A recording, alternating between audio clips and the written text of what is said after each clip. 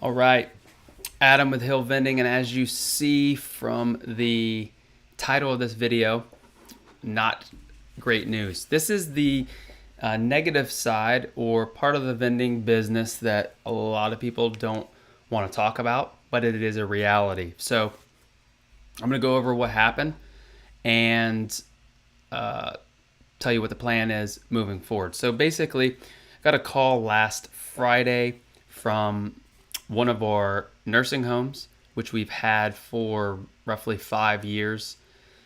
And it's four machines, two snacks, an AMS combo, and a 5 wide.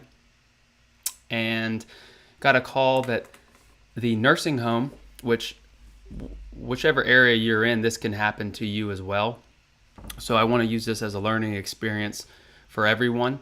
I hope it doesn't happen to you, but in the vending business, this is a reality of the situation. So what happened is a nursing home was bought out, meaning another company bought that location,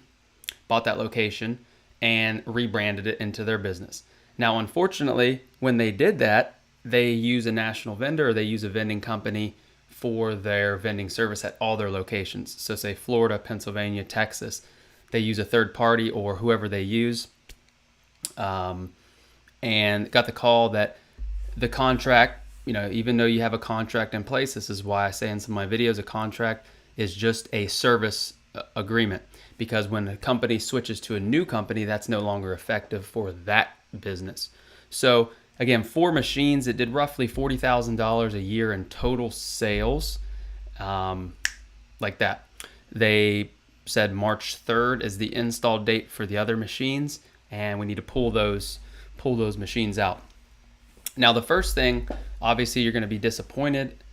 You can try to salvage it, which we did. Gave them a call, talk to the person in charge.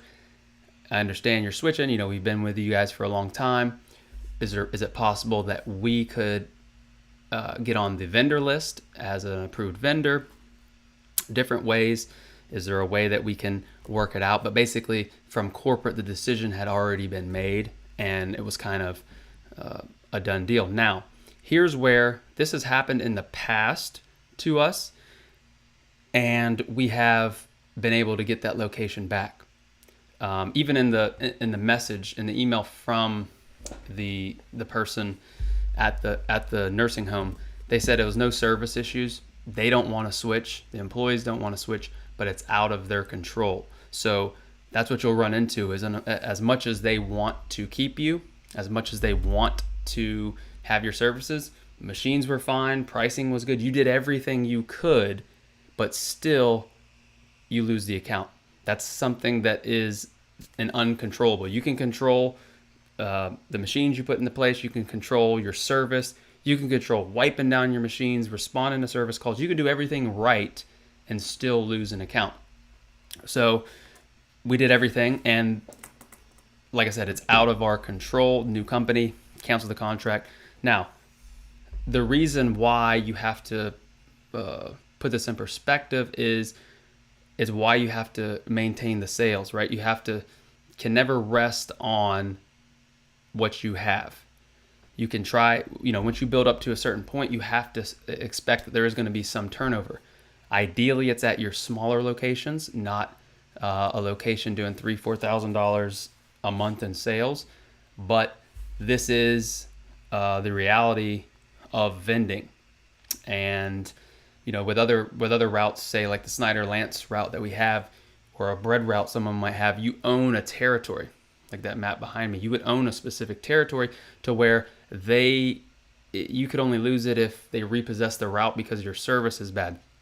So you don't have that protection in vending, even if you have a contract.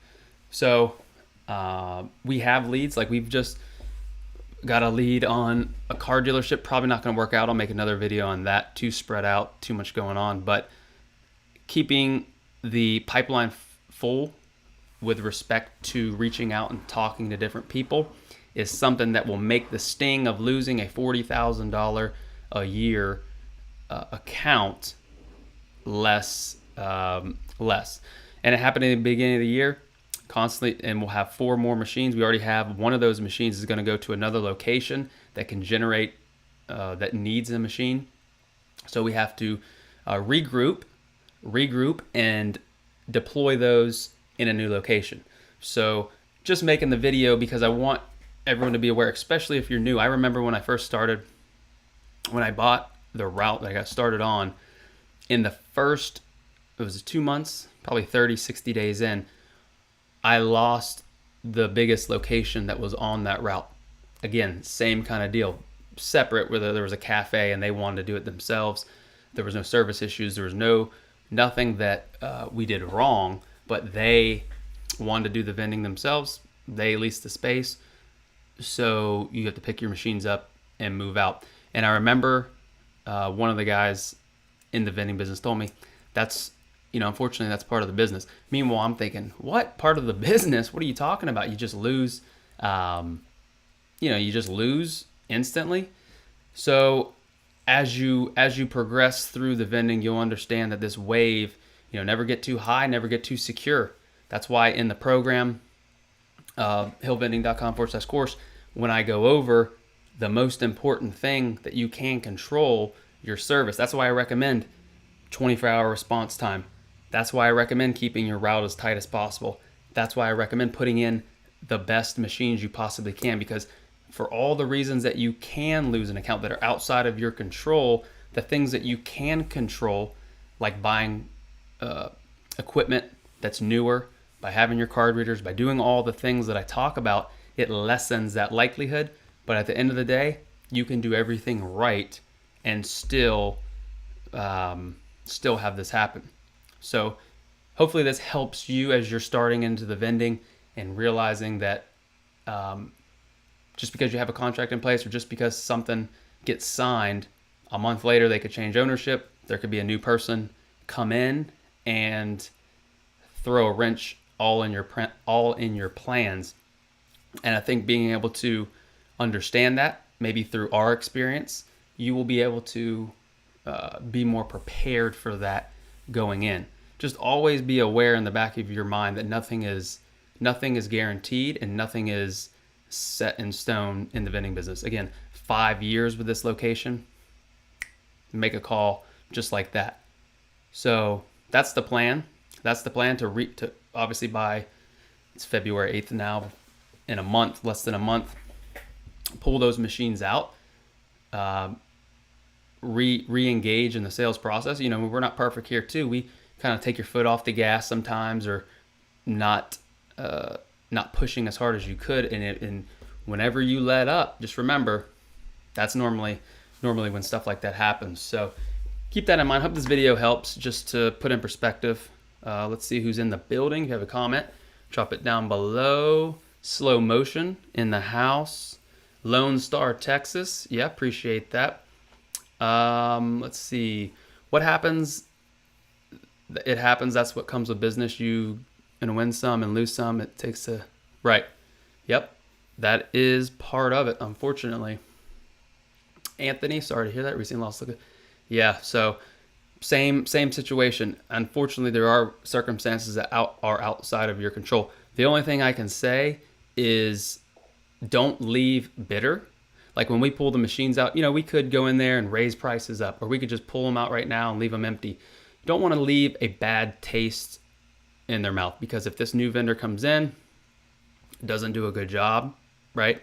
Does a terrible job, there's always the chance that you can get them back. It might be slim, it might be 6 months, it might be a year from now, but if you lose it, and then 6 months from, if you lose it and you make them mad or are bitter about it, there's no chance you'll get it back. But if you professional, I understand it's out of your control.